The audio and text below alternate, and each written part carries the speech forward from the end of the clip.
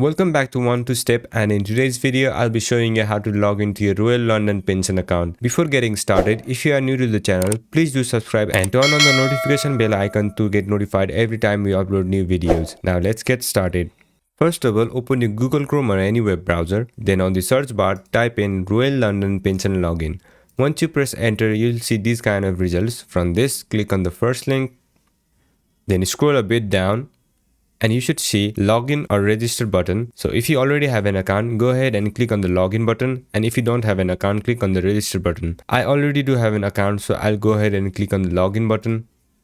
Then it will take you to this login page. On this page, you will have to provide your email address and your password. So go ahead and enter your email address.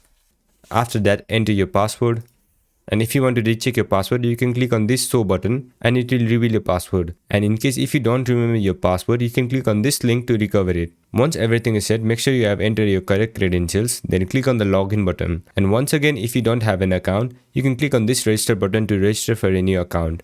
That's it for this video. I hope this video was helpful, and if it was, don't forget to leave a like, comment and subscribe, and turn on the notification bell icon so that you get notified every time we upload new videos. And I'll see you on the next one.